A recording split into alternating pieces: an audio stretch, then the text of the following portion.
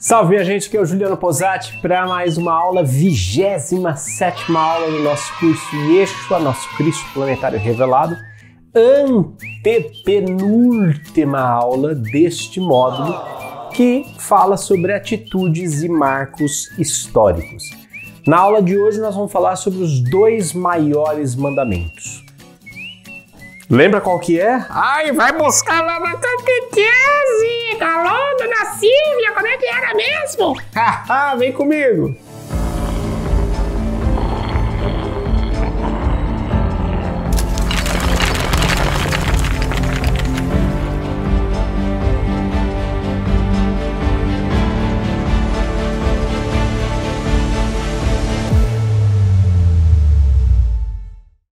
Certo, antes de começar a nossa aula, eu quero te lembrar que ainda dá tempo de participar da nossa pesquisa sobre o encontro de alunos do curso Yeshua. Mas eu quero te dizer, querido, que eu estou, assim, feliz demais, porque já contamos mais de 1000 respostas. Alô, Carolina! Beijinho no ombro pra você, bem. Ficou lá atrás comendo poeira. Brincadeira. Nada disso. Estamos felizes demais que todo mundo tem, né? Muitos de vocês têm comparecido à nossa pesquisa. A nossa ideia é fazer pela primeira vez um encontro mais inclusivo possível, de maneira que haja possibilidade de todos participarem desse grande evento do Círculo, que será o encontro de alunos do curso Yeshua. Então é muito importante, se você ainda não tirou um tempinho, entra lá na nossa pesquisa, porque a partir da semana que vem a gente já tem novidade. Nós vamos pegar esses dados, vamos tomar a decisão, criar toda a possibilidade, todo o anúncio aí. Então semana que vem nós temos novidades para vocês, mas ainda dá tempo de participar. Legal? É só clicar nesse QR Code que está aparecendo em tela ou então aqui embaixo no link que está na descrição desse vídeo. Para o estudo de hoje nós vamos utilizar um texto do Evangelho de Lucas no capítulo 10, 25 a 42. Hoje eu vou utilizar a tradução da Bíblia King James, que era uma tradução que o Paramahansa Yogananda curtia muito de fazer os estudos dele. Então hoje nós vamos utilizar isso, vamos utilizar bastante Yogananda também na aula de hoje. Vem comigo. E eis que se levantou um certo doutor da lei. Eu adoro essa alfinetada, né? Um certo doutor da lei. É um jeitinho assim, né? Lucas é meio venenoso às vezes, né? Levantou um doutor da lei lá, meu filho. Então levantou-se um certo doutor da lei tentando e dizendo, ou seja, o cara estava ali provocando ele, tá? Mestre, que farei para herdar a vida eterna? Quer dizer, jogou ali uma acidez, né? Um tom ali ácido, uma coisa pouco amistosa, né? E aí, ó, Jesus, mestre, o que eu faço para herdar a vida eterna, né? E ele lhe disse, o que é que está escrito na lei? Como lês? Ó, Jesus é rato, mano do céu. O cara vem com acidez para cima de um cara desse, que tem a paranormalidade que ele tem, que tem a consciência que ele tem, expandida, abraçando praticamente o movimento de cada átomo ao redor dele. O cara vem bancar o palhaço. Então, eu falo assim, o que está escrito aí, né? Tipo, você não é doutor da lei? O que está escrito aí? Como é que você lê isso daí, né? Foi o jeito sutil e simpático de Jesus. Anta, fala pra mim, o que você entendeu dessa porra toda? Tu ainda vem aqui me encher o saco, né? Mas Jesus era elegante, né? Se fosse Posati já teria esculhambado, né? Ai. Com arrombado, sabe assim? Esculhamba esse arrombado. Não, Jesus vai... né? O que está escrito na lei, assim, né? Você não é doutor da lei, o que está escrito na lei? E aí o sujeito responde, amarás o Senhor teu Deus de todo o seu coração e de toda a sua alma e de todas as tuas forças e de toda a tua mente e ao teu próximo como a ti mesmo. E disse-lhe: respondeste bem, faze isso e viverás. Ele, porém, querendo justificar-se a si mesmo, disse a Jesus: e quem é o meu próximo? Aí vem aqueles momentos, né, que Jesus fala assim: mano, você é doutor da lei, você não sabe isso? Você é doutor, né? Tem certeza. Não é tecnólogo da lei, não. É doutor, né? Ah, tá. Ele vem e responde: descia um homem de Jerusalém para Jericó e caiu nas mãos de salteadores, os quais o despojaram e, espancando-o, se retiraram, deixando-o meio morto. E ocasionalmente descia pelo mesmo caminho um certo sacerdote. Veja aí o toque de acidez, né? Um certo sacerdote. E vendo-o, passou de largo. E de igual modo também um levita, chegando àquele lugar, e vendo-o, passou de lá, passou longe. Mas um samaritano que ia de viagem chegou ao pé dele e vendo-o, moveu-se de íntima compaixão. Veja, moveu-se de íntima compaixão. Veja, a compaixão é algo que nos move interiormente. No círculo, nós dizemos que o conhecimento é uma experiência com a verdade e que essa experiência é uma experiência interior, íntima, pessoal e transcendental, e que uma vez que nós entramos em contato com o conhecimento, isso gera movimento em nós. Um movimento que reverbera, claro, que vem para fora, mas é um movimento que começa aqui dentro, interiormente. Então veja, moveu-se de íntima compaixão, quer dizer, quando ele chega ao pé dele e ele o vê, quando ele entra em contato, faz contato visual com ele, ali existe toda uma assimilação empática, percebe? Tem coisa que você não precisa ser ensinada. Tem coisa que não precisa falar. Ele não precisava estar com uma placa lá: fui assaltado, me bateram, estou aqui, podia estar roubando, matando, mas estou pedindo encarecidamente que me compre. Não precisa. Não precisa. O samaritano olhou. Quando olhou, ele acessou o campo daquele homem. Ele acessou o campo daquele homem. Aquele homem tinha família, aquele homem tinha caído no infortúnio, aquele homem tinha sido maltratado, tinha sofrido violência. Ele entra em contato. A empatia, não é? O talento natural da empatia é um dos talentos mapeados pelo Dr. Donald Clifton da Gallup. A empatia é um talento natural. Então, o samaritano assimila o sentir daquele homem. Empatia é a capacidade de sentir o que o outro sente. Então, quando ele chega, ele absorve aquilo. Então, movendo-se de íntima compaixão.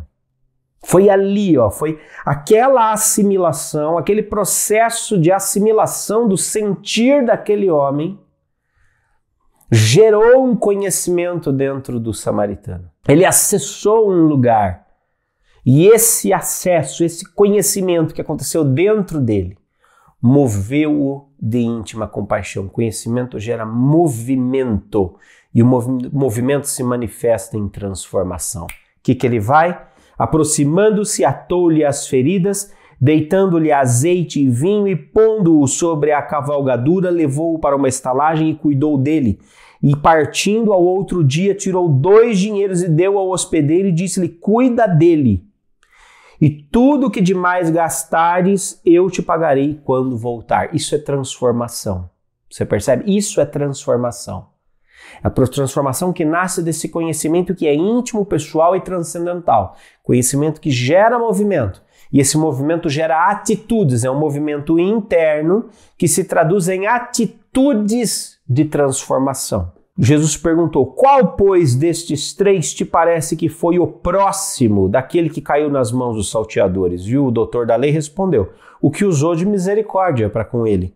Disse, pois, Jesus: vai e faze da mesma maneira. E aconteceu que, indo eles de caminho, entrou numa aldeia e certa mulher, por nome Marta, o recebeu em sua casa e tinha esta uma irmã chamada Maria, a qual, assentando-se também aos pés de Jesus, ouvia a sua palavra. Marta, porém, andava distraída em muitos serviços e, aproximando-se, disse: Senhor, não se te dá que a minha irmã me deixe servir só?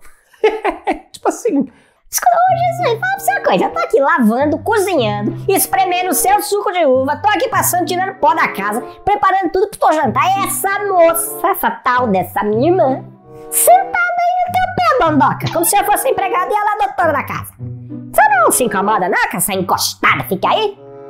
E Jesus responde: Marta, Marta, estás ansiosa e afadigada com muitas coisas, mas uma só é necessária, e Maria escolheu a boa parte, a qual não lhe será tirada. Veja, 3 momentos que parecem diferentes, né? Primeiro, a pergunta do doutor da lei: o que eu tenho que fazer para ser salvo, para ficar legalzão, ir lá pro reino, aquela coisa toda?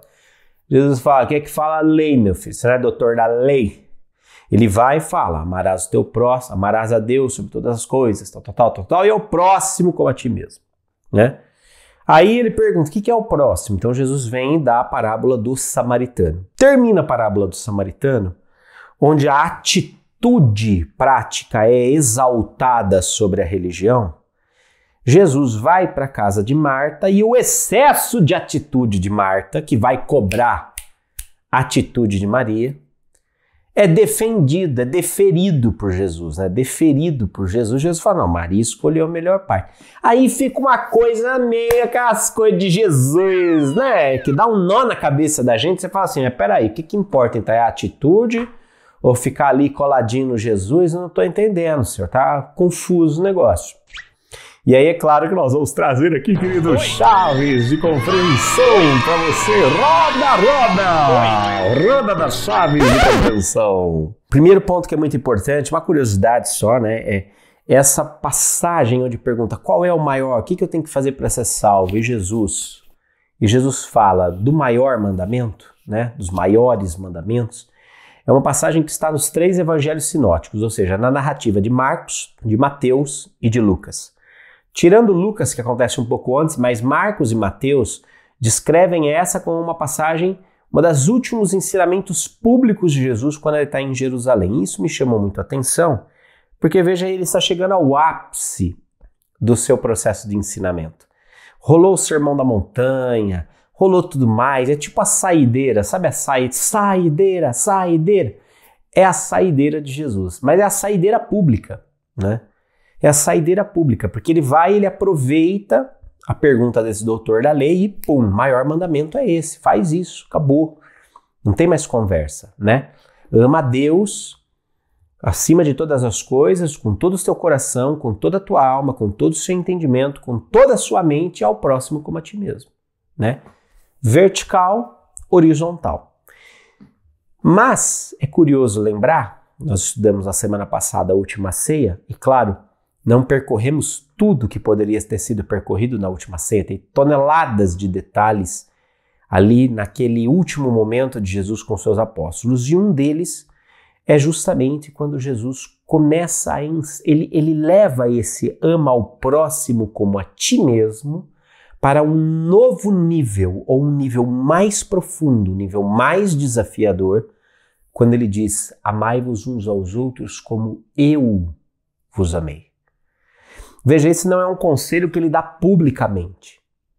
Não é um conselho. Lá em Jerusalém, ele não se coloca como uma referência, mas para os seus apóstolos, para os seus discípulos iniciados, ele vai e ele eleva essa dinâmica muito maior, como eu vos amei. Ele coloca o amor dele como uma referência, um marco referencial. E nós vamos entender na aula de hoje por que ele faz isso. Mas primeiro vamos voltar. Faz isso e viverás. Então veja, o Yogananda comenta uma coisa interessante, né? Nesses mandamentos, ama a Deus acima de todas as coisas e ao próximo como a ti mesmo, está a essência da eterna verdade que caracteriza todos os caminhos espirituais genuínos. Ou seja, isso é comum a todas as maiores religiões do mundo. Todas elas, sem exceção, vão falar para você isso.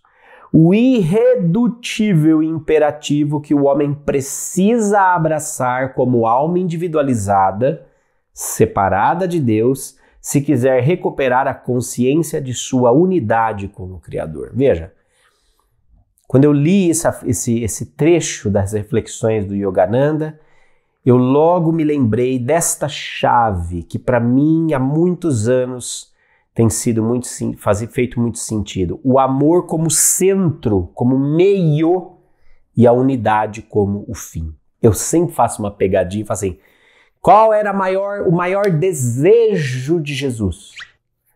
Aí todo mundo responde em coral, que todo mundo se amasse. E eu falo, errado! Não era este o maior desejo. Não é? Este era o maior mandamento, os maiores mandamentos de Jesus. Ama a Deus sobre todas as coisas, ao próximo como a ti mesmo. Amem-se uns aos outros como eu os amei. Veja, o amor é meio, o amor é um mandamento, é um caminho para chegar a algum lugar. E este lugar onde o amor se manifesta na sua máxima potência é a unidade. Que todos os pais sejam um, como eu e tu somos um. O que eu mais quero, ele vai dizendo isso no Evangelho de João, o que eu mais quero é que todos sejam um, como eu, Pai, eu e você, Pai, nós somos um. Então veja, a unidade é o fim, é a grande finalidade. Nós somos as expressões individualizadas que caminham de volta para a consciência da unidade. Este caminho de volta para a consciência da unidade é o caminho do amor. O amor é o destino, sim, claro, porque Deus ama todas as coisas, Deus é amor, tal. Mas neste sentido do mandamento, o amor é caminho. O amor é ferramenta, o amor é meio, o amor é o epicentro da coisa toda. A grande finalidade é estar novamente em profunda comunhão com Deus, é unidade, que todos sejam um. Como eu e o Pai somos um.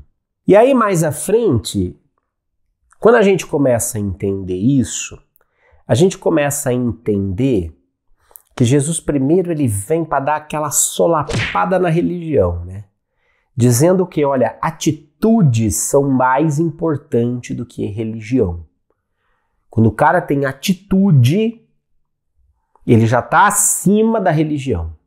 Isso é uma chave de compreensão desse texto. E ele vai dar essa solapada na parábola do samaritano. Então, na parábola do samaritano, ele vai dar aquela treta nele ali. Vai dar aquela pancada. Vai falar, olha, sabe o que é? O cara foi assaltado, não sei o que, tava vindo um sacerdote. Passou e não fez porra nenhuma. Depois tava vindo um levita. Tarde filósofo, um filósofo famoso, aparecendo na grupo e tudo mais, fez nada. Aí tava vindo um corintiano. Parou, amou. Moveu-se intimamente com paixão, cuidou do cara, tomou uma atitude, pegou a própria grana, cuidou. Tô brincando aqui, né? Tava vindo aí, ó, descendo um pastor midiático, desses que tem canal de televisão, não fez nada. Desceu um desses filósofos famosos que aparece na Globo, não fez nada. Aí foi o corintiano foi e fez alguma coisa. Se fosse atualizar, não é? Entende? O rótulo, o título, a fama... Pouco importa. O que importa nesse caso foi a atitude. Foi a atitude. A atitude está acima do título, a atitude está acima da religião, a atitude está acima de tudo isso. Percebe? Atitudes. E é curioso, né? Porque, veja, mesmo a gente acha que o Antigo Testamento só tem coisa louca, que era um povo que se matava, né? Era um povo meio estranho, né? Tinha uns mandamentos estranhos. Mas já o profeta Miqueias, tem uma passagem em Miqueias que é interessante, que diz assim, ó, com que me apresentarei diante do Senhor e me prostrarei perante o Deus excelso? Me apresentarei diante dele com um holocausto, com bezerros de 1 ano, quer dizer, vou matar bicho na frente de Deus, como era a prescrição, né? Agradar-se-á o Senhor de milhares de carneiros ou de miríades de ribeiros de azeite, quer dizer, vou levar uma parte da minha produção para ele, é isso que ele quer. Eu vou dar meu primogênito pela transgressão, o fruto das minhas entranhas pelo pecado da minha alma. Olha que se referindo a Abraão, né, que Abraão vive esse episódio, que Deus pede para ele matar o filho dele, e ele vai lá, o anjo segura, aquela coisa toda. Ele te declarou, homem, o que é bom, e o que é que o Senhor requer de ti, senão que pratiques a justiça e ames a benevolência e andes humildemente com o teu Deus. Quer dizer, que oferta é maior? Veja isso lá no Antigo Testamento. Ele já estava entendendo, cara, isso aqui não faz sentido nenhum. Esses rituais da religião não fazem sentido nenhum. Não é isso. Isso é para eu entender, mas eu já entendi que eu tenho que estar com ele, de corpo, alma e espírito, em tudo que eu faço, em tudo que eu sou. Essa é a oferta. Yogananda faz um comentário interessante sobre isso, que ele diz assim, ó, essa lei não visa satisfazer a um capricho quixotesco de Deus, mas em vez disso é uma condição necessária para que a alma individualizada possa estabelecer uma conexão consciente com a sua fonte. Aqui é para entender assim, né? Que parece estranho o mandamento de Deus, me amem. Parece o Baby da família Dinossauros, lembra? Precisa me amar, precisa me amar. Tipo, pá, que Deus esquisito esse, né? Que cria um monte de gente, fala assim, o meu mandamento é que vocês me amem, baby. Meio chato, meio estranho. E aí o Yogananda tá fazendo justamente um comentário. Não é que Deus tá caprichoso, me amem, beija aqui, por favor. Não. Mas é uma condição para que a gente estabeleça essa conexão com a nossa fonte, esse amor, né? Deus pode viver sem o amor do homem. Fato. Sem o amor do homem, da mulher, do trans, de todo mundo, tá? Incluso aqui, tá? Vamos fazer uma coisa inclusiva. Deus pode viver sem o amor de todo mundo desse planeta e de todos os planetas. Todavia, ó que bonito isso aqui que ele diz. Assim como a onda não pode viver sem o oceano, não é possível para o homem existir sem o amor de Deus. A sede de amor em cada coração humano deve-se ao fato de que o homem ser feito à imagem divina, plena de amor. Assim os santos e avatares conclamam a humanidade a amar a Deus, não por uma compulsão ou mandamento, mas porque o oceano do seu amor ergue-se por trás da pequena onda de amor em cada coração. É fantástico isso, é fantástico isso.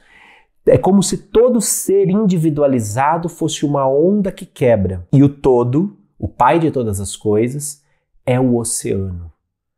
Ele é a fonte, ele é a razão pela qual as ondas existem. As ondas são frações do seu movimento se manifestando e quebrando. As ondas não existem sem o oceano, mas o oceano existe sem as ondas. É fantástico isso. Por trás do movimento de cada onda de amor que quebra no nosso coração está o oceano cósmico, transcendente do amor do Pai de todas as coisas. É por isso que em nós, a nossa busca por sentido e significado passa necessariamente pela manifestação do amor. Não tem como construir significado, não tem como construir sentido se nós não aprendermos a sentir, a descobrir para onde o nosso amor flui.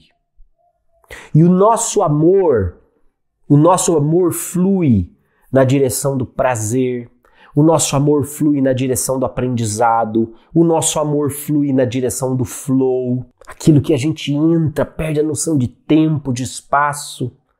O nosso amor flui na direção daquilo que nos energiza. Nós perdemos o contato com aquilo que nós amamos, gente. Nós somos educados a uma vida sem prazer, sem felicidade, sem alegria, porque isso nos foi ensinado que isso era só depois. Como nós somos pecadores, nós temos que viver uma vida bosta, miserável, a vida inteira. Porque se a gente for bosta e miserável a vida inteira, mas for obediente, no final, Deus, que é amor, vai dar para você o paraíso. Olha que legal! Você vai ficar cheio de felicidade, tesão, amor, alegria, mas só depois que você morrer. Até lá, você tem que viver uma vida que te mate todos os dias. Veja que educação porcaria que nós recebemos. Essa educação que nos condiciona, que coloca um cabresto na nossa vida. Coloca um cabresto nos nossos objetivos, nos nossos sonhos. Nós perdemos, nós somos podados, nós somos castrados naquilo que nos dá prazer, naquilo que nos faz sentir úteis, naquilo que nos move, naquilo que move intimamente o nosso ser. Como o samaritano foi movido intimamente. Nós somos podados no nosso sentir. Eu ainda hoje estava revendo Família Dinossauros com o Lorenzo, né? Porque ele tá tão fã de dinossauros, pusemos. Ele deu a menor importância pro episódio, mas eu e a Juliana rachamos o bico, né? Então a cena que o Dino entra no escritório do supervisor dele, que era aquele triceratops cheio de chifres, bravo de tudo, e ele fala assim, não, eu preciso de um aumento, eu preciso de mais dinheiro. Ele fala, como assim você precisa de mais dinheiro? Ele fala assim, não, porque a minha família está crescendo, e porque a minha família está crescendo, eu preciso de mais dinheiro. Ele fala assim, na minha opinião, você precisa de menos família. Outro chefe do Dino responde para ele. Isso é a sociedade o tempo todo, os paradigmas, a estrutura empresarial, a estrutura educacional, o tempo todo está dizendo isso para você. Você está dizendo, ei, cara, eu quero fazer as coisas com prazer, eu quero fazer as coisas com amor, eu quero investir meus talentos naturais naquilo que eu sou bom, eu quero fazer aquilo que me dá prazer, porque com esse tesão, com essa energia, eu sei que eu posso ser o melhor nessa área e eu vou estourar.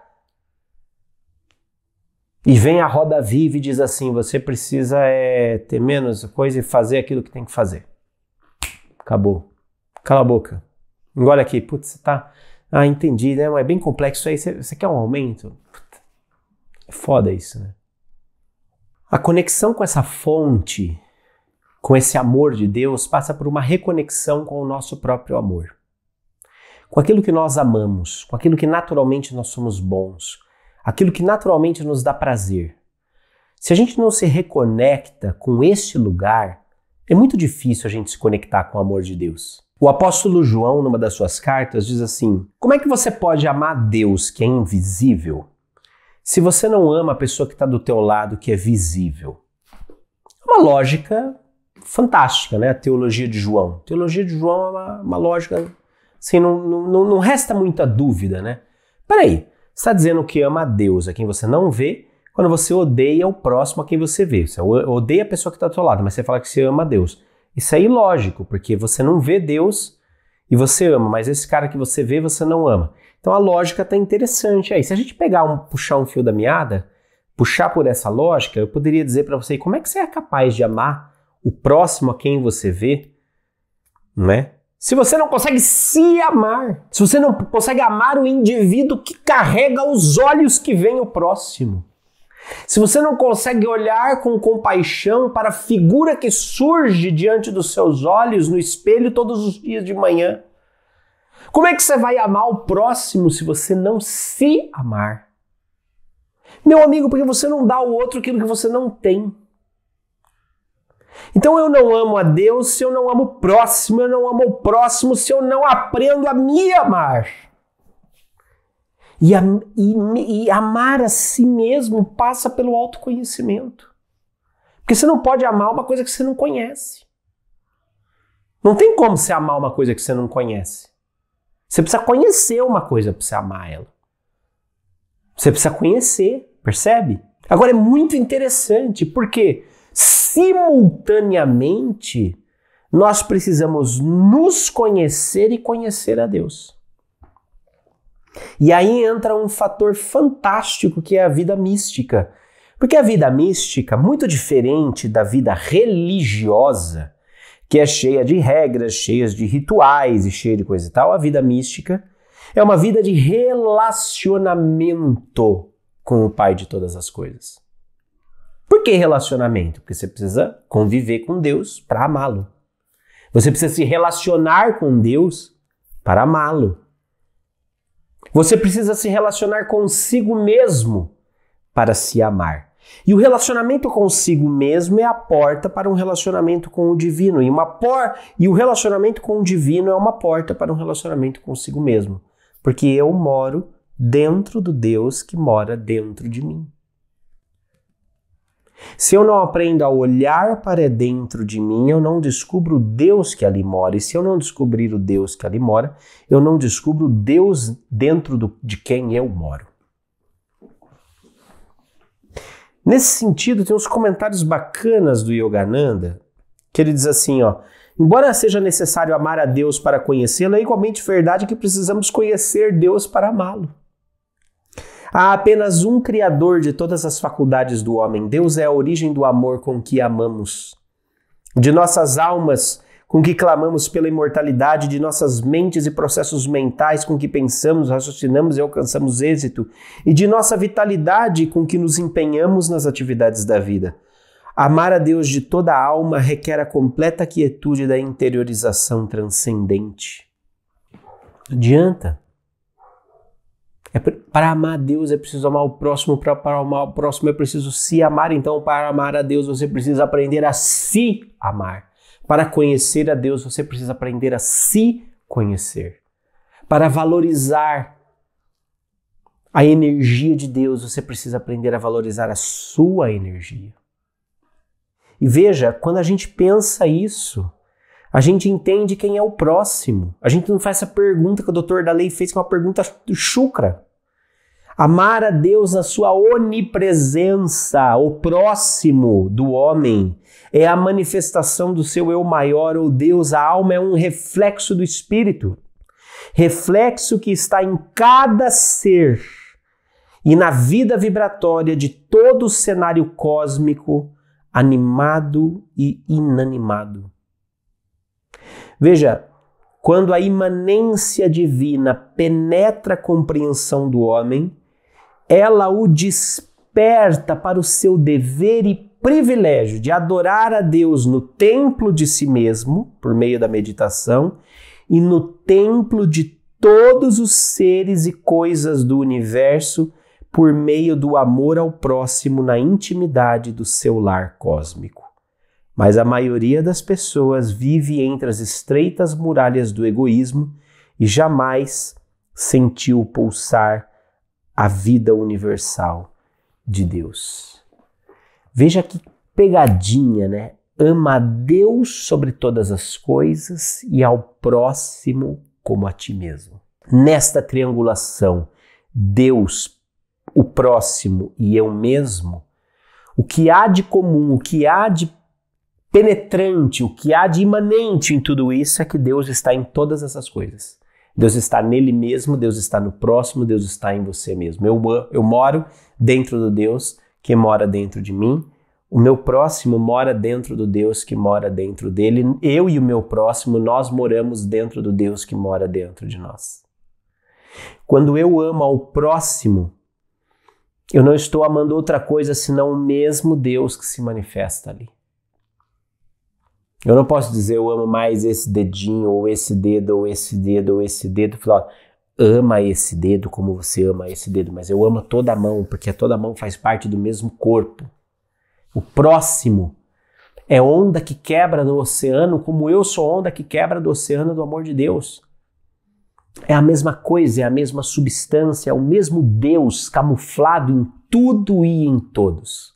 Escondido em tudo e em todos.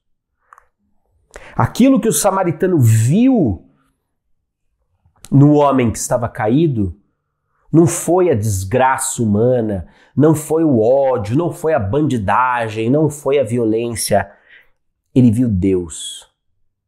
Deus que se deixava encontrar na fragilidade de alguém que estava à beira da morte. Deus que se deixava encontrar na oportunidade de servir. Deus que se deixava encontrar na oportunidade dele manifestar aquilo que ele tinha de melhor dentro dele. Dele deixar fluir por ele, pela sua empatia, por esse talento natural da empatia, ele deixar fluir essa energia que vitalizou aquela pessoa que naquele momento precisava. E esse sentir que se tornou saber gerou movimento e transformação. E moveu a sociedade em torno daquilo, né? Porque ele contrata o estaleiro, ele fica com o estaleiro, ele atrasa a viagem dele, depois ele deixa uma grana, depois ele fala que ele vai voltar. Quer dizer, houve uma série de dispêndios, de gastos em torno daquela situação que aparentemente era uma tragédia. Mas o conhecimento, quando gera movimento e transformação, ele coloca a vida em movimento. Imagina, o cara da estalagem pode ter falado assim, cara, vou dar um desconto pra esse cara, imagina, olha só o que ele está fazendo. Meu Deus, se todo mundo fizesse isso, ele é tocado por aquilo, transformação é isso. O movimento é isso, afeta, o movimento que acontece em nós afeta as outras pessoas. Não é? É fantástico observar isso, gente. E o resumo da coisa toda, que é bem interessante, né?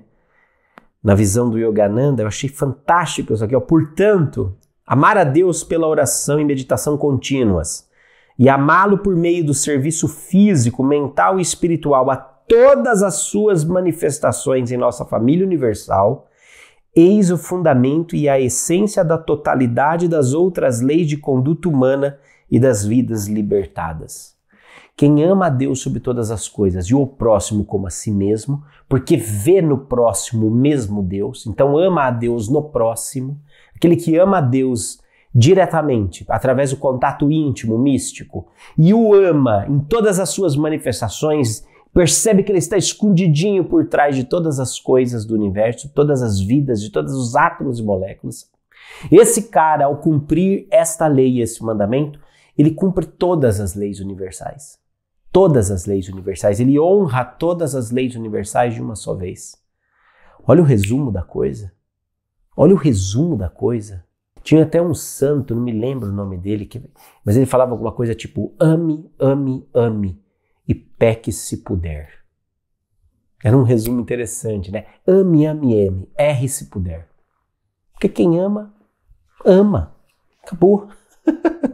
Veja, uma terceira chave me chama a atenção, né?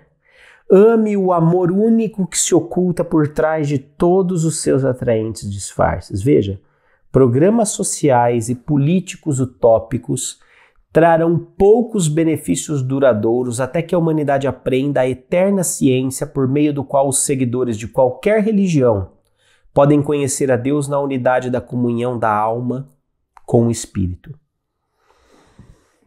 Não basta nós fazermos um discurso de amar ao próximo pelo que o próximo é, incluir o próximo, etc. e tal, e começar com populismos que agradam as massas com objetivos nefastos. Amar ao próximo como a si mesmo é uma atitude mística de ver o divino que nele habita. Nenhum programa social, nenhum programa de recuperação vai dar certo por muito tempo se nós não criarmos essa consciência de que ao socorrer o outro nós estamos nos socorrendo. Ao amar o outro nós estamos nos amando, porque ao amar ao outro nós estamos reconhecendo que Deus, o Deus que habita nele também habita em mim. Eu não estou promovendo um programa social para socorrer ou tirar o outro da miséria. Eu estou me tirando da miséria na presença do outro. Eu estou tirando Deus da miséria. Percebe? Quando a gente começa a perceber que nós somos dedos da mesma mão, não é? A humanidade é a mão. A criação é a mão. Cada individualidade é um dedo. E Deus é a energia vital que flui em todos os átomos e todas as moléculas dessa mão. Então, se eu tiro o anel deste dedo e coloco neste dedo, eu não estou fazendo caridade. Percebe? Eu simplesmente estou distribuindo. Estou distribuindo. É a mesma mão. Nós só somos dedos diferentes. Eu não posso dizer que o dedo anelar acabou de passar, ele deu o anel, ele doou o anel para o dedo do meio, não. O dedo do meio acabou de doar o anel para o dedo indicador. O dedo indicador viu que o dedo anelar estava passando mal e foi lá e doou. Não, você está vendo? A troca dos anéis entre os dedos não configura posse ou transferência, porque tudo é de todos. A mão é uma só. Se a mão é uma só, todos são dedos da mesma mão. E a mão é parte de um corpo ainda maior. Não existe, gente, possibilidade de uma ação social, de um trabalho social durar como deve durar, se as pessoas que estão envolvidas nesse trabalho não estiverem completamente conscientes de que um só é o Espírito que as move e um só é o Espírito que mora em todos aqueles que serão alvo do seu movimento, que serão beneficiados pelo seu movimento. Um só é o Espírito. O mesmo Espírito que move aqueles que fazem o bem é o Espírito que habita aqueles que recebem o bem destes que fizeram o bem. O mesmo Espírito está em tudo e em todos. Se eu fosse com você e nós fôssemos distribuir sopas, por exemplo, fôssemos distribuir refeições para moradores de rua, então nós distribuiríamos a roupa, seríamos simpáticos, ouviríamos um pouco as histórias, acolheríamos, daríamos um pouco de atenção e levaríamos essa refeição e voltaríamos. Essa seria a nossa atitude, uma atitude padrão, uma atitude protocolada, uma atitude que requer muito esforço, é verdade, muita dedicação, requer um espírito trepidante ali, não é para fazer isso todas as noites ou semanalmente. Mas que postura nós teríamos se eu virasse para você e falasse assim, olha, hoje nós vamos visitar um grupo e nós vamos ver ali o filho da Paris Hilton. Ele é herdeiro de todo o Império Hilton, mas está na rua porque está com droga, não sei o que, está desaparecido, mas é o filho da Paris Hilton. Você acha que mudaria a forma como as pessoas tratam essa pessoa especificamente? Ou então se eu dissesse assim, olha, esse cara aí, na verdade, ele é o filho mais velho do rei Charles III. Não é o William, na verdade teve um bafafá, descobriram, estão abafando, mas esse cara aí, ele é o herdeiro do trono. Será que nós trataríamos essa pessoa de uma maneira diferente? Talvez uma pessoa muito rica ou talvez uma pessoa de sangue nobre.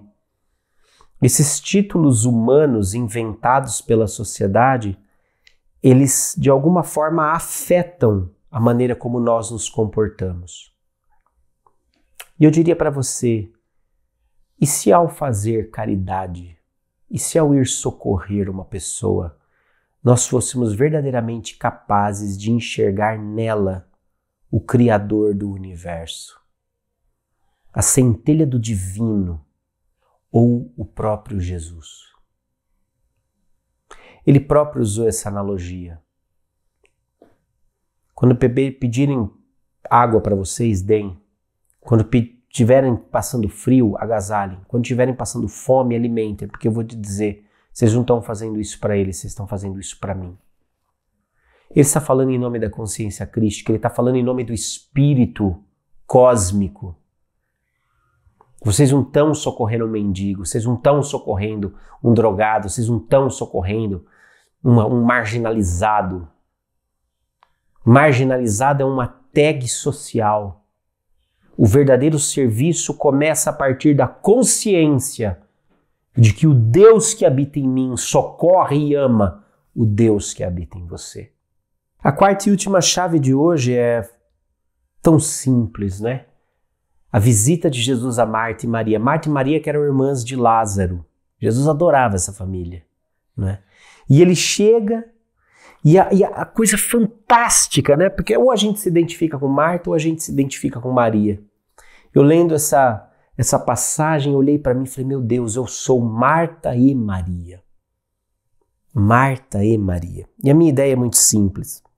A dualidade multidimensional de seres espirituais que precisam lidar com as coisas práticas da vida. Na dualidade de Marta e Maria está o amor que energiza e o amor que manifesta.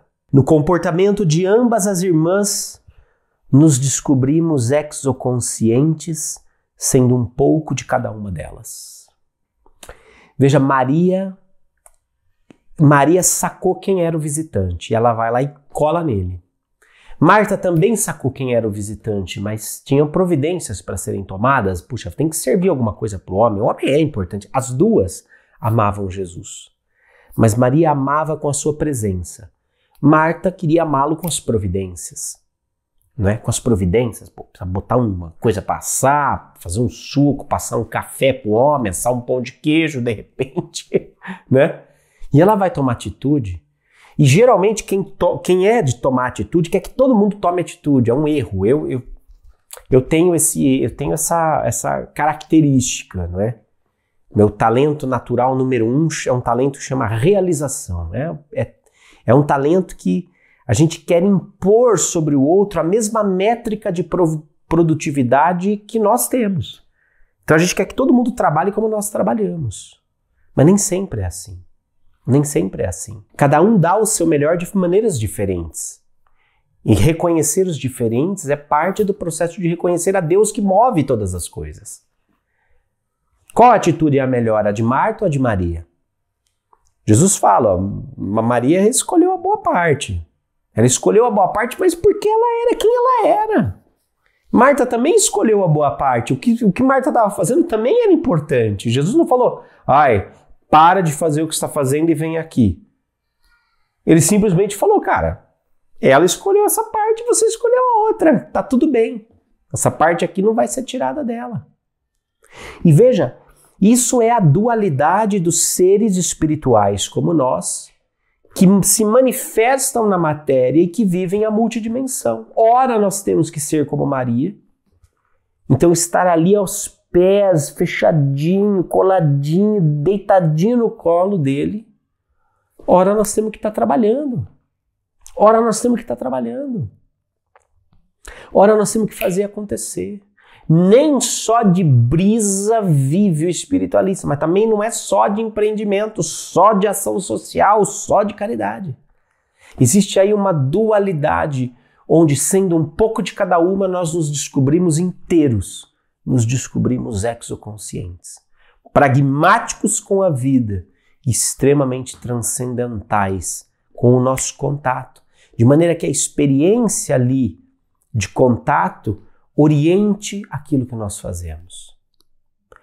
E veja, quando nós aprendemos a manifestar a dualidade dessas duas irmãs, amar a Deus sobre todas as coisas e ao próximo como a mim mesmo, ou seja, o amor que começa em mim, o amor que vai até ele, o amor que volta, né? O amor que se manifesta, nós começamos a entender que o amor é o caminho para a unidade. Para a unidade. No final da aula de hoje, eu quero convidar você a um momento de meditação de um dos congressos do Círculo, onde nós meditamos sobre essa ideia da unidade a partir da canção Que Seja Um. É uma canção que nós cantamos em várias das nossas oficinas e eu quero convidar você a participar desse momento de imersão comigo. Então relaxa aí, nós vamos ter mais um pouquinho de aula agora, porque eu estou trazendo esse trecho especial do nosso congresso para você meditar comigo, tá bem? Na próxima aula nós vamos falar sobre a transfiguração de Jesus. Este é um trecho do 3º congresso do Círculo. Depois, se você quiser ter acesso a todo o conteúdo, você pode entrar em circuloescola.com, clicar lá em congressos e ver como você tem acesso a todo o conteúdo. Mas participe hoje, neste momento, desta meditação que nós fizemos com base nessa ideia de unidade. Tchau! Sempre avante que com essa coisa bem importante. Vamos lá para a meditação. Você percebe que isso mais do que qualquer coisa, isso é um caminho, isso é uma proposta, isso é um modelo, um convite que Jesus nos faz. Que todos sejam um. Nós estamos vivendo num mundo que ainda prega a competitividade, a lei do mais forte, as demandas de coisas que você não precisa. Nós estamos vivendo num mundo que ainda prega a uniformidade, o modelo de sucesso, a fórmula da felicidade. Mas nós temos simultaneamente ressoando na psicosfera do planeta Terra a proposta de Jesus que valoriza a singularidade. valoriza a individualidade. Não o individualismo, a individualidade, a singularidade. E ao valorizar a singularidade, Jesus vê o valor de cada um. Jesus vê o talento de cada um, a potência de cada um. Não tem produção em série para Jesus. Um ser desse tamanho enxerga você como você é. Esse é o epicentro capital da cocriação exoconsciente se nós queremos criar uma nova sociedade. Para criar uma nova sociedade, nós precisamos partir da unidade, a partir da singularidade. Para criar uma nova sociedade, nós precisamos partir de quem nós realmente somos, como indivíduos únicos que somos, e valorizar isso. Você precisa parar de ficar correndo atrás do próprio rabo. Você precisa parar de ficar correndo atrás daquilo que a mídia falou que você precisa ter para ser feliz. Você precisa começar a se olhar e a se valorizar sem medo algum. Porque nós somos treinados para ter medo. Toda vez que alguém se destaca, toda vez que alguém escolhe ser o que é, essa pessoa é achatada de volta ao padrão.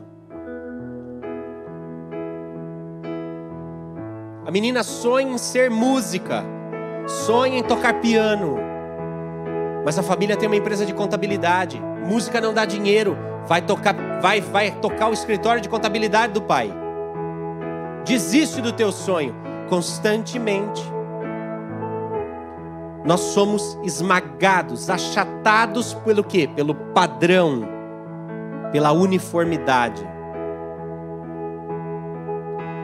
Para que a gente não se destaque, para que a gente não vá atrás dos nossos sonhos. Você vai ouvir o Gustavo Tanaka hoje falando sobre sonhos. A gente é achatado. Mas um ser como Jesus, ele é um ser que vem e olha para os seus olhos. Ele sabe quem você é. Ele sabe o que você tem de melhor. Ele vem para puxar isso para fora. Nós precisamos partir desse conceito de unidade. Não adianta você falar, eu prefiro ficar aqui na minha. É melhor o cada um por si. É melhor ficar quieto no meu canto. Não foi para isso que você foi feito. No final desse momento, o primeiro momento do nosso congresso, eu quero convidar você a fechar os seus olhos comigo. Feche os seus olhos aí na sua casa por um instante e respire. Respire por 3 vezes.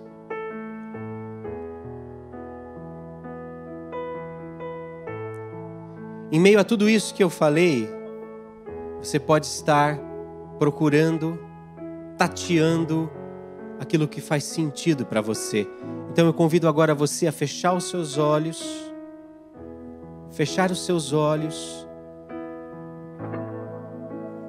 e simplesmente se aquietar. Deixa isso abaixar um pouquinho agora. Faz silêncio.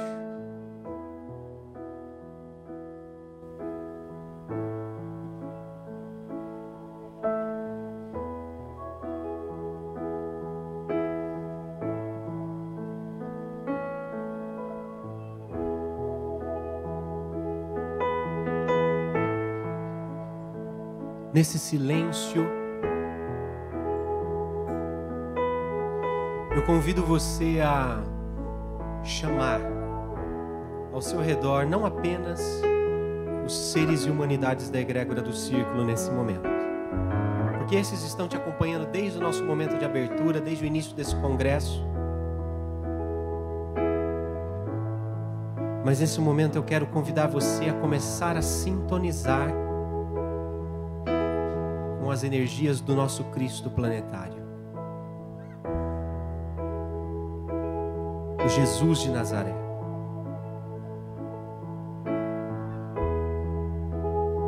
Perceba ao seu redor seres e humanidades que te cercam, formando um círculo ao seu redor. E um deles te estende a mão te levanta da tua cadeira, da tua cama, do lugar onde você está, do seu sofá. E você, como que num lapso, um pulo,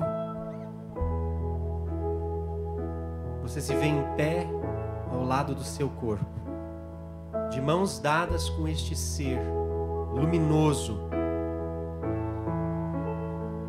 que segura as tuas mãos fortes como um amigo e te convida a uma viagem neste momento. Num pequeno salto você levita e os dois saem planando.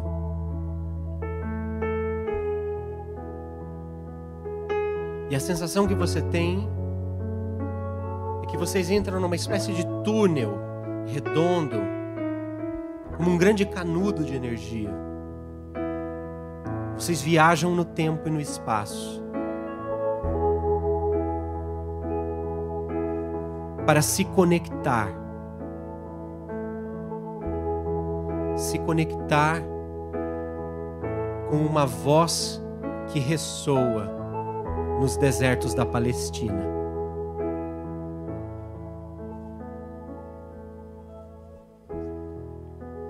É noite, você avista a cidade de Jerusalém, iluminada por tochas, chamas. Existe uma certa movimentação na rua, é uma madrugada agitada. E um pouco para além das muralhas existe um grande jardim com árvores. Você e o seu amigo espiritual vão pousando nesse jardim. Sinta a sola do seu pé tocando, sentindo a grama. E você vai caminhando, conseguindo enxergar quase tudo nesse pequeno bosque, porque a luz da lua é muito intensa. A luz da lua chega a fazer sombra das árvores no chão.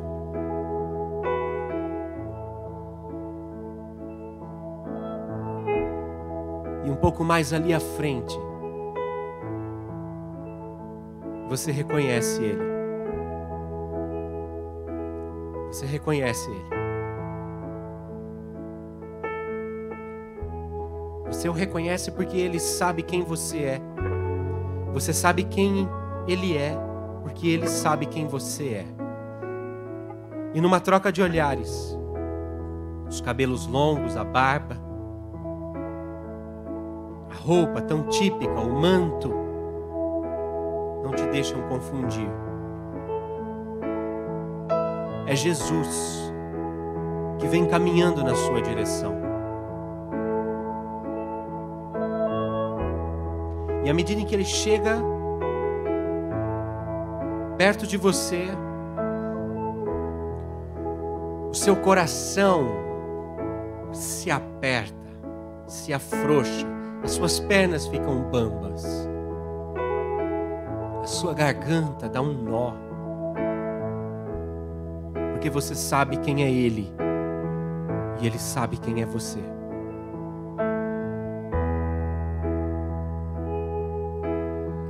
E na presença deste ser, na presença deste homem, toda a sua pretensão de parecer cai por terra. É como se você sentisse todas as suas máscaras, todas as suas pretensões, todos os seus objetos de desejo simplesmente deixam de fazer sentido. Porque você está diante de alguém que é. Ele é Jesus. Yeshua de Nisaia. Ele é Jesus. Diante de uma pessoa que é, você se sente constrangido de não ser, de querer parecer, você percebe o quanto tudo que você tem buscado, procurado e que não tem te satisfeito, não tem te saciado, parece perder sentido diante dele.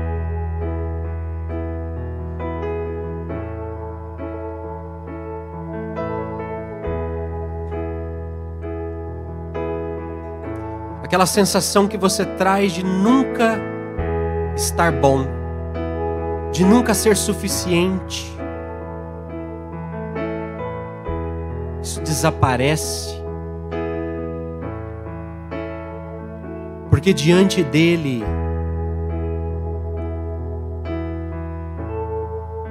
você encontra um sentido em ser. É como se ele te dissesse: você não foi feito para ser o que os outros querem que você seja. Você não foi feito para ocupar o papel que outros desenharam para você. Você não foi feito para ocupar o lugar de outras pessoas, para querer a identidade de outras pessoas, seguir o modelo de outras pessoas.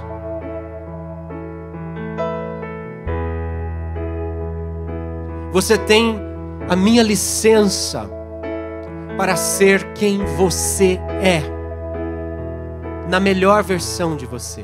Você tem o meu incentivo, você tem a minha palavra, você tem o meu apoio para ser quem você é.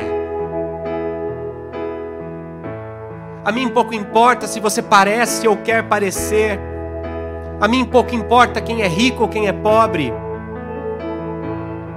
O esteticamente agradável ou desajeitado, eu não quero saber de nada disso. Eu quero que você seja quem você é.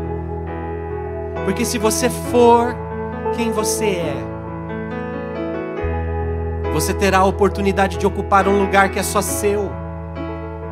E este lugar no universo e na vida está esperando por você. E enquanto você não ocupar o seu lugar no universo e na vida, o fluxo da unidade não será possível.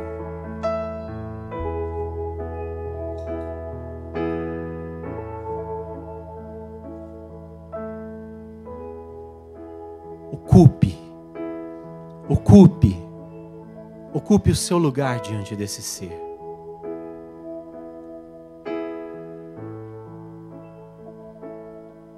De braços abertos ele te recebe, de braços abertos ele te inclui, ele te integra, ele te absorve dentro dos seus braços, ele te abraça.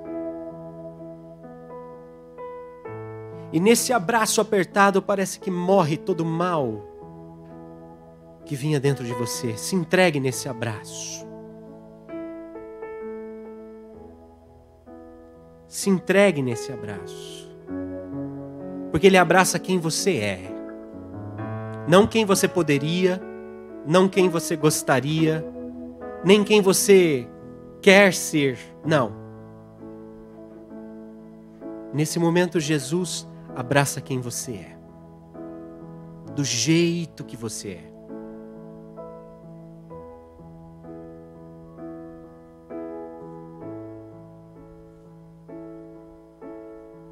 Você lembra de Santo Agostinho dizendo: meu Deus, tu me chamaste, o teu grito rompeu a minha surdez.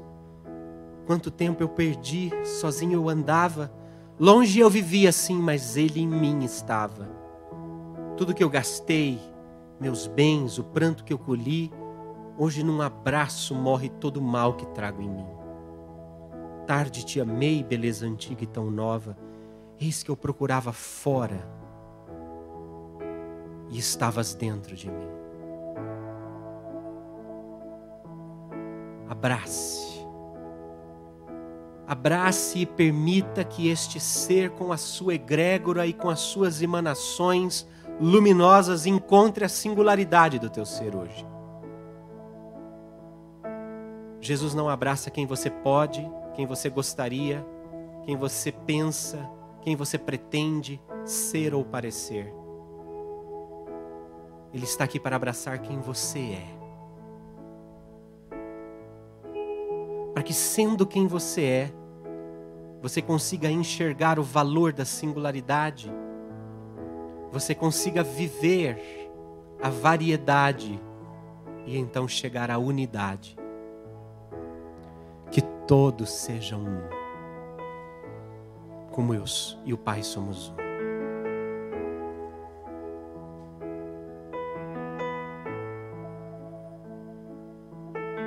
Abrace a sua singularidade.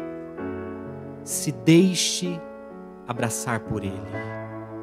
E ouça no seu ouvido Ele dizer: que seja um, é o que eu quero mais. Que seja um, é o que eu quero mais. O meu amor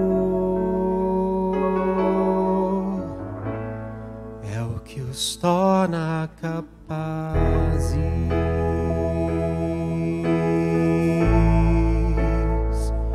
Que seja um, que seja um,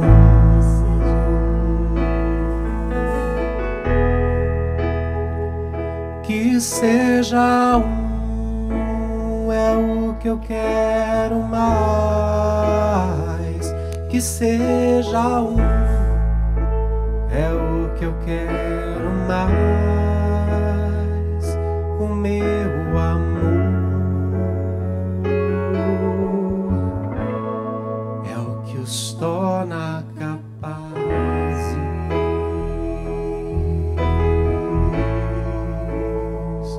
Que seja um, que seja um, sem medo algum,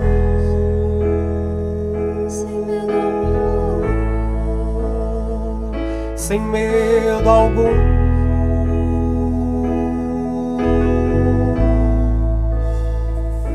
que seja um, que seja um, é o que eu quero mais. Que seja um, é o que eu quero mais.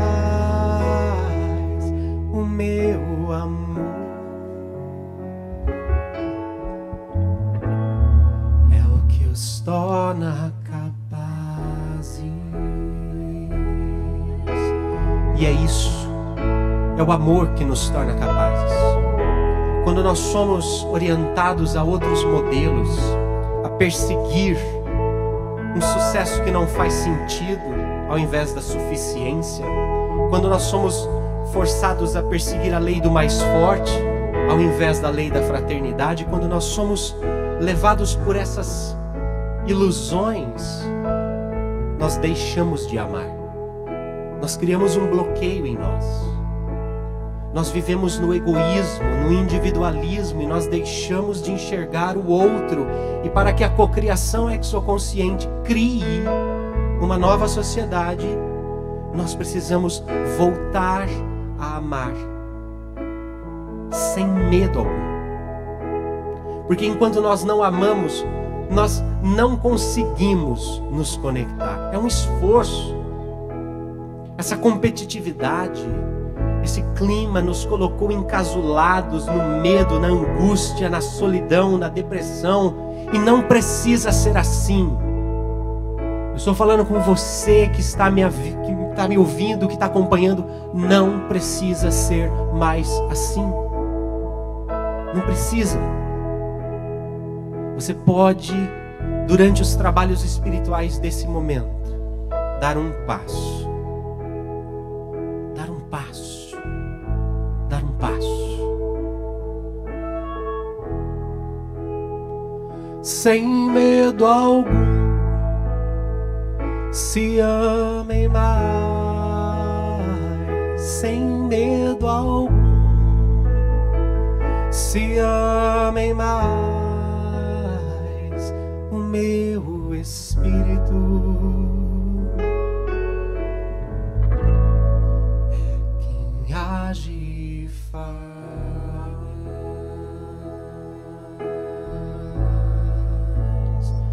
Sem medo algum, sem medo algum, sem medo algum, sem medo algum, sem medo algum, se amem mais,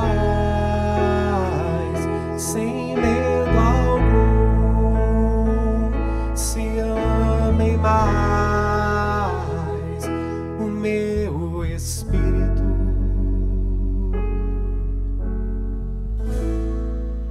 é quem age e faz.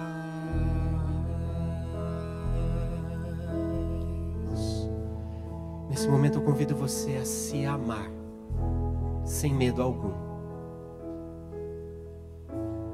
Se amar cada vez mais, sem medidas, ainda que o amor pareça não estar dando fruto. Eu convido você a direcionar enquanto você está nos braços dele. E tantas coisas passam, e tantas lágrimas correm, quentes no seu rosto. Deixe que a sua cabeça repouse no coração dele. Porque é ele que diz sem medo algum, se amem mais. Seja um. Você não precisa mais ficar isolado, você não precisa mais ficar sozinho. E nesse momento você pode viver e sentir e se entregar. Integrando-se, incluindo-se nesta grande sinfonia. E pode, devagarzinho, cantar aí na sua casa, no seu quarto, onde quer que você esteja nesta sintonia. Cante, porque isso vibra. Isso precisa reverberar e fazer sentido em você. Cante que seja um. É o que eu quero mais. O meu amor é o que os torna capazes. Sem medo algum, se ame mais. Porque é o meu Espírito quem age e faz. Você está neste planeta, neste momento de regeneração, sob o patrocínio do Espírito de Jesus, das egrégoras ligadas ao coração de Jesus. E hoje você pode se conectar a Ele. Conecte-se mentalmente, enquanto a sua boca canta, enquanto o seu cardíaco vibra.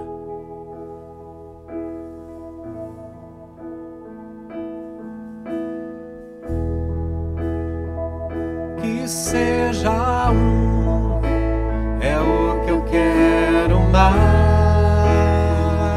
Que seja um, é o que eu quero mais. O meu amor é o que os torna capazes.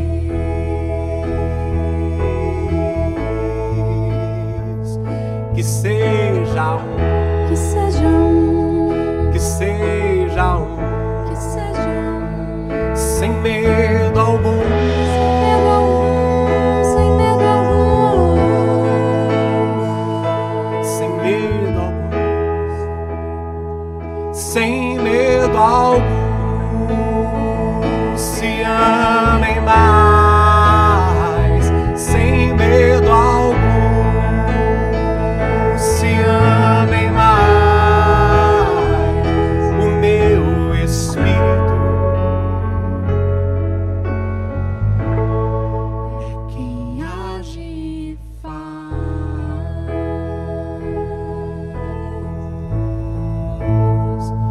quem age e faz,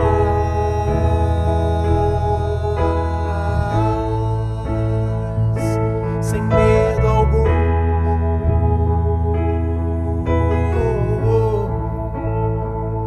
O vento sopra aonde quer.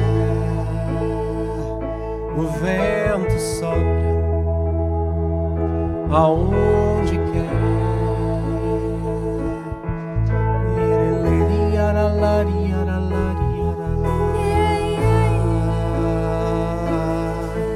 Lady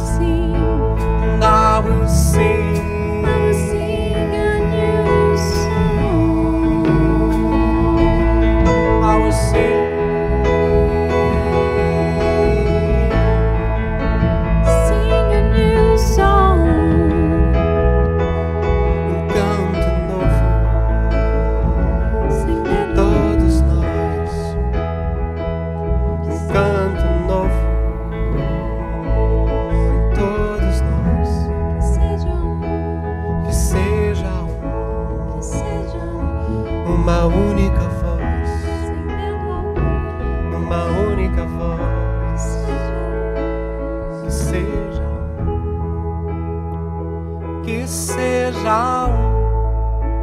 é o que eu quero mais, que seja é o que eu quero mais, o meu amor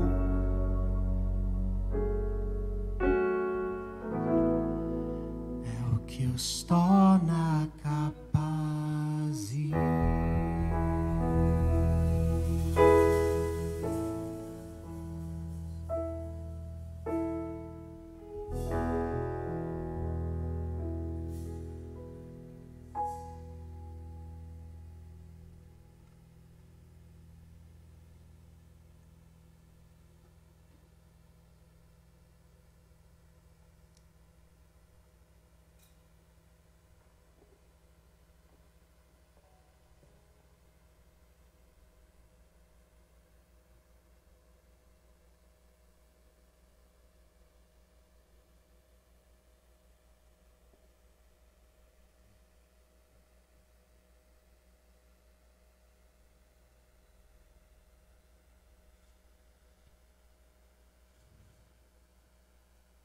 Gratidão. Está só começando o 3º Congresso do Círculo. Eu espero que essa energia te acompanhe até o final. Vai fundo, a gente ainda tem muito o que viver no Congresso de hoje. Até o próximo momento.